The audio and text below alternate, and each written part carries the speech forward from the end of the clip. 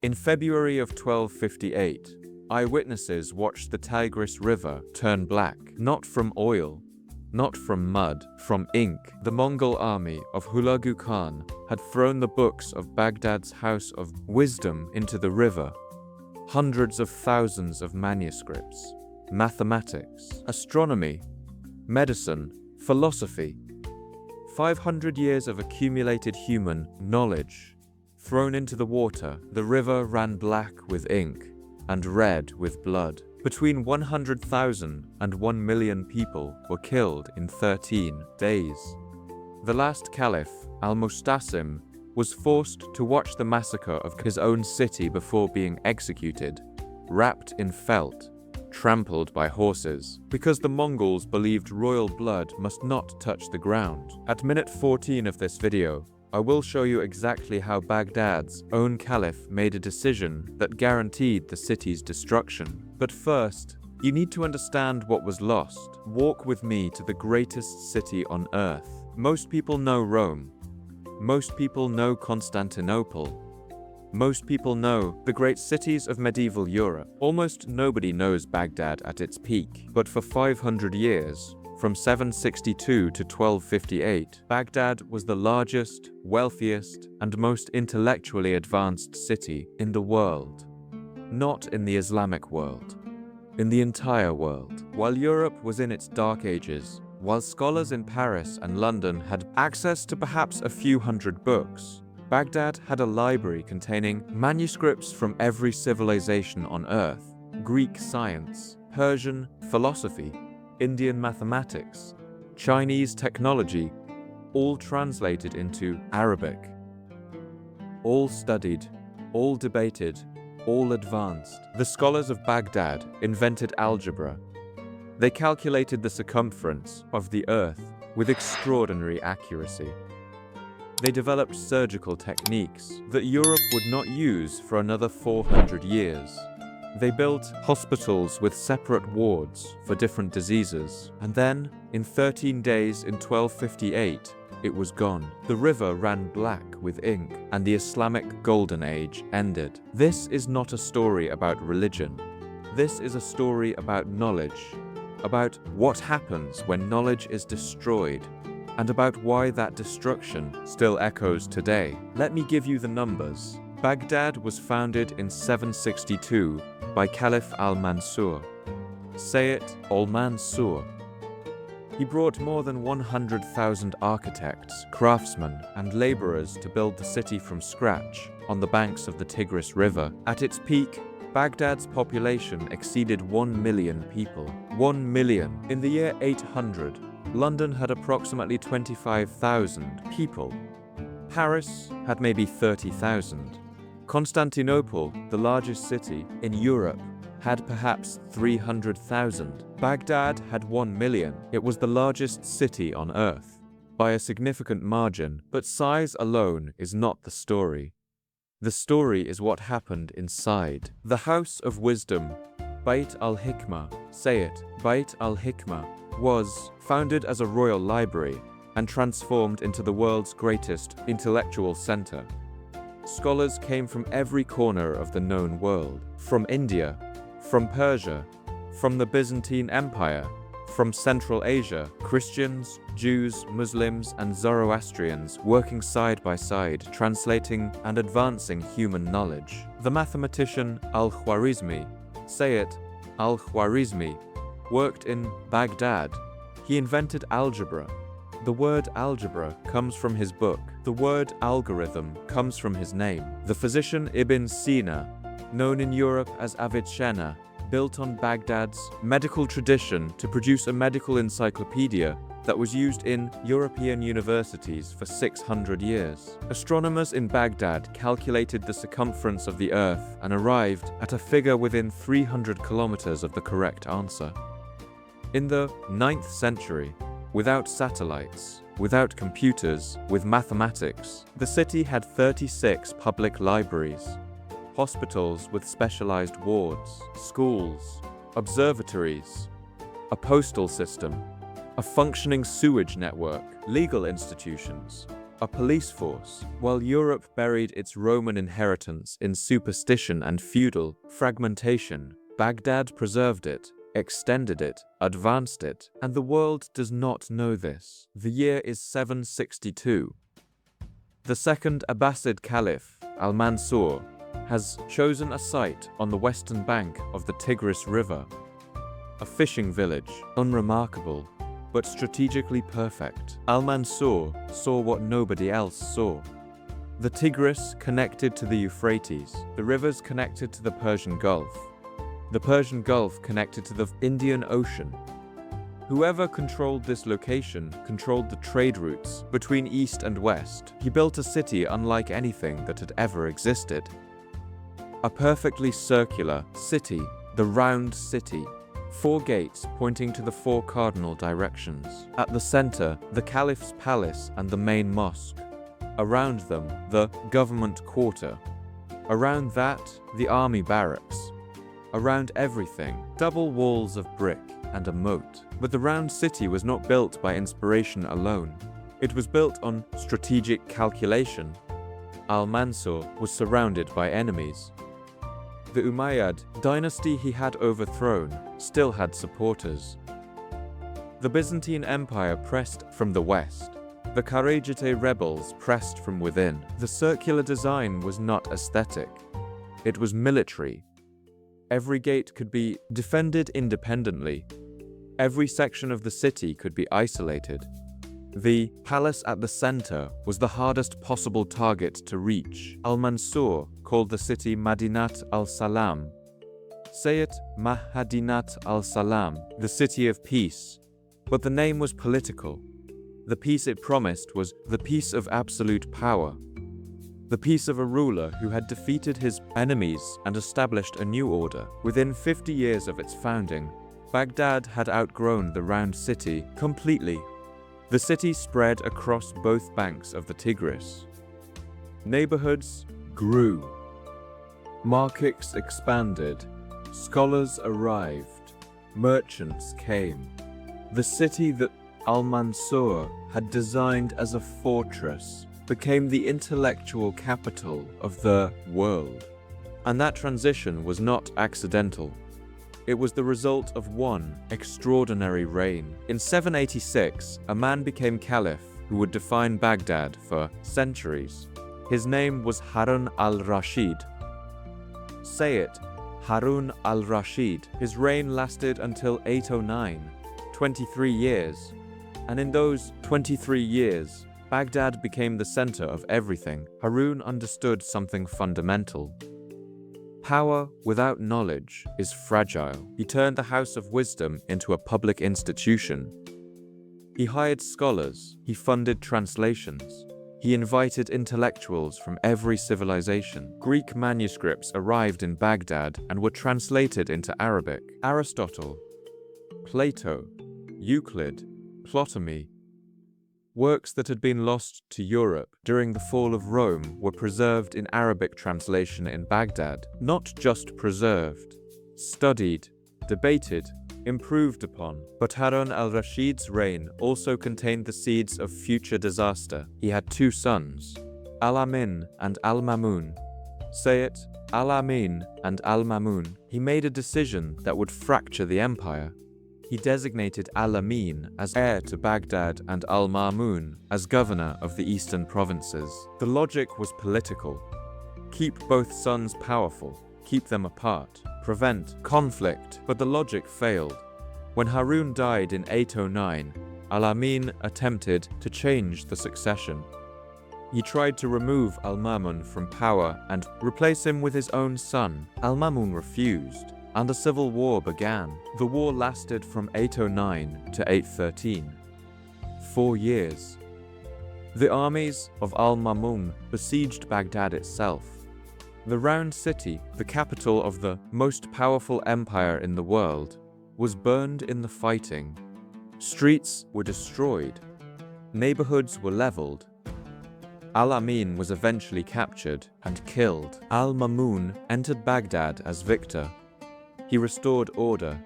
He continued the work of the House of Wisdom with even greater ambition. He personally collected manuscripts. He organized translation projects. He paid translators by the weight of the books they produced in gold. Under Al-Mamun, the golden age of Baghdad reached its highest point.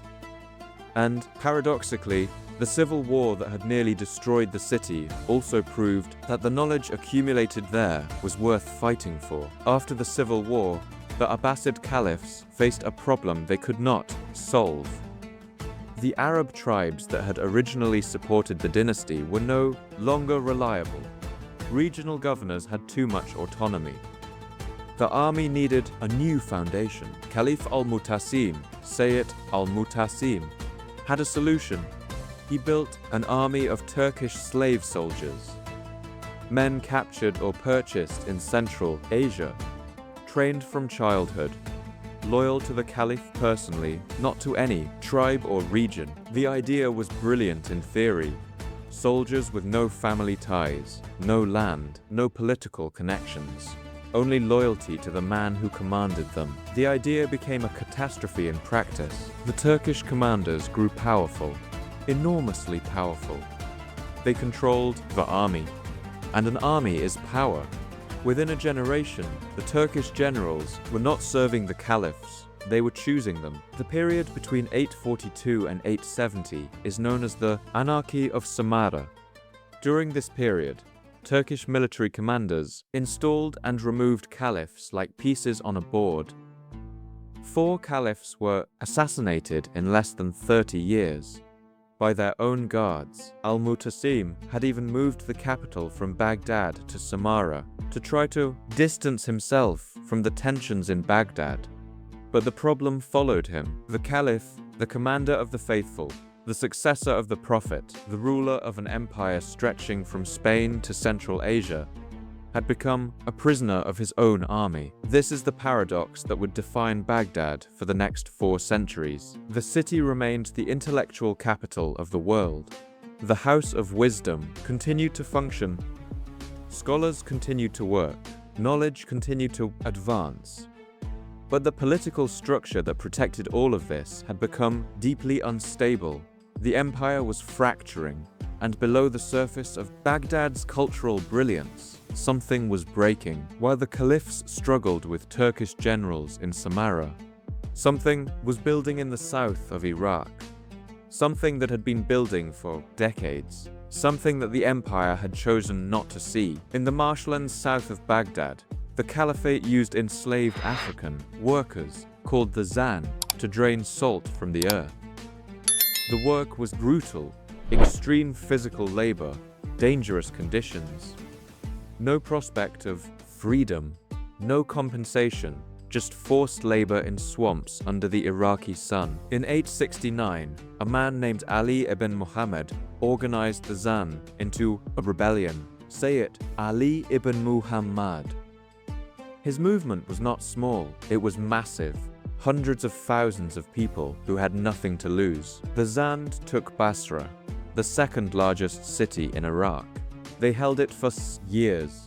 They devastated agricultural land across southern Iraq. The economic damage was catastrophic. Trade routes were disrupted. Tax revenues collapsed. The food supply for Baghdad itself was threatened. The Caliph's brother, al-Muwaffaq, Sayyid al-Muwaffaq, led the military response. It took 14 years to defeat the rebellion. 14 years of warfare on Iraqi soil. The rebellion was finally crushed in 883, but the damage could not be undone. The agricultural lands of southern Iraq that had fed Baghdad for a century were destroyed. The canal systems that irrigated the fields were broken. Entire regions were depopulated. The economic foundation of the Caliphate was permanently weakened. The Zand rebellion proved something that the caliphs had refused to accept. The empire could not sustain itself through forced extraction. The human cost of its economic model had become a military threat, a re-hook. By 900, Baghdad was still the capital of the Caliphate. Still intellectually magnificent, still the largest city on earth. But it was governing a damaged empire. The agricultural south was broken. The military was controlled by Turkish generals. Provincial governors were becoming independent dynasties. The political cohesion of the Abbasid state was dissolving. The city was brilliant, but the empire was fracturing. Between 900 and 1258, the Abbasid Caliphate went through a slow, painful decline. Not a sudden collapse, a gradual dissolution, like a great ship taking on water slowly, still sailing, still impressive, but sinking. Regional dynasties took effective control of different parts of the empire. The Buyids in Persia, the Fatimids in Egypt, the Seljuk Turks across Anatolia and the Middle East. The caliphs in Baghdad retained their title. They retained their religious authority, but they had lost their political power. By the 11th century, the Caliph of Baghdad was a ceremonial figure. The real power belonged to whoever commanded the strongest army at any given moment. And yet, Baghdad itself continued to function. The markets, the schools, the hospitals, the libraries, the intellectual life of the city persisted, even as the political structure above it collapsed. This is one of the most remarkable facts about Baghdad. The city was greater than the empire it governed. The knowledge it had accumulated transcended the political system that had created it. Scholars continued working. Al-Tabari, Sayyid al-Tabari, wrote his monumental history of the world from Baghdad in the early 10th century. Physicians continued developing medical knowledge. Mathematicians continued advancing algebra and geometry. But the city that had protected this knowledge was now vulnerable. The walls were old. The army was weak. The caliph was a figurehead.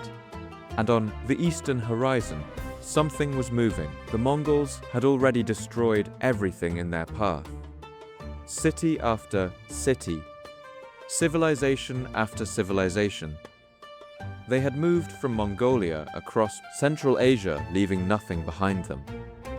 And in 1257, their leader Hulagu Khan, grandson of Genghis Khan, sent a message to Baghdad: surrender or face annihilation. The last caliph of Baghdad was al-Mustasim. Sayyid al-Mustasim. He received Hulagu Khan's demand for surrender in late 1257. His advisors were divided. Some told him to negotiate.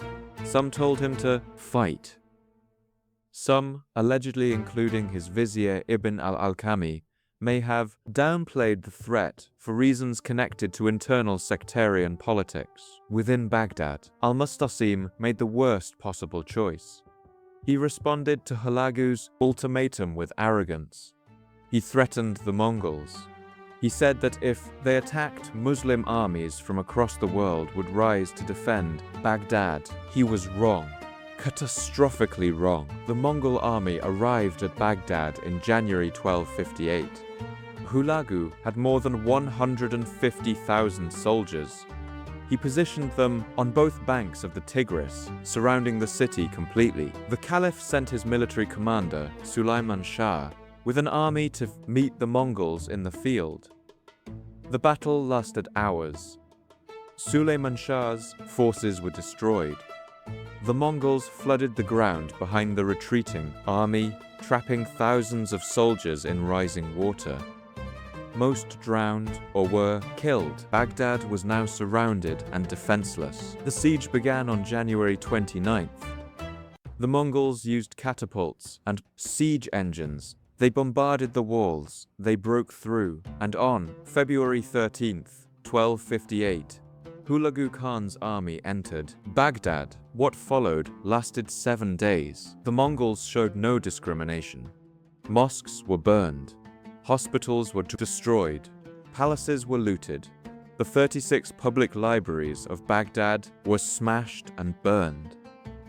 And the House of Wisdom, the greatest repository of human knowledge in the medieval world, was destroyed. The books were thrown into the Tigris River. Hundreds of thousands of manuscripts. 5 centuries of accumulated knowledge. Eyewitnesses said the river ran black with the ink from the pages and red with the blood of the scholars. The death toll is disputed. Medieval sources claim up to 1 million. Modern historians estimate between 100,000 and 800,000. The exact number cannot be verified, but the scale of the killing was beyond anything Baghdad had ever experienced. One scholar managed to save approximately 400,000 manuscripts before the siege. Nasir al-Din al-Tusi, Nasir al-Din al-Tusi, recognized the danger before the attack and transported what he could to safety in Marageh. 400,000 books saved, but hundreds of thousands more were lost forever. Al-Mustasim was captured. He was forced to watch the destruction of his city, the burning of his libraries, the killing of his people, and then he was executed, wrapped in felt, trampled under horses, because the Mongols believed royal blood must not touch the earth. The Tigris River was choked with books and bodies for days. The city that had been the intellectual center of the world for 500 years was in ruins. The Caliphate that had stretched from Spain to Central Asia was over, ended. In 13 days, historians call 1258 the end of the Islamic Golden Age.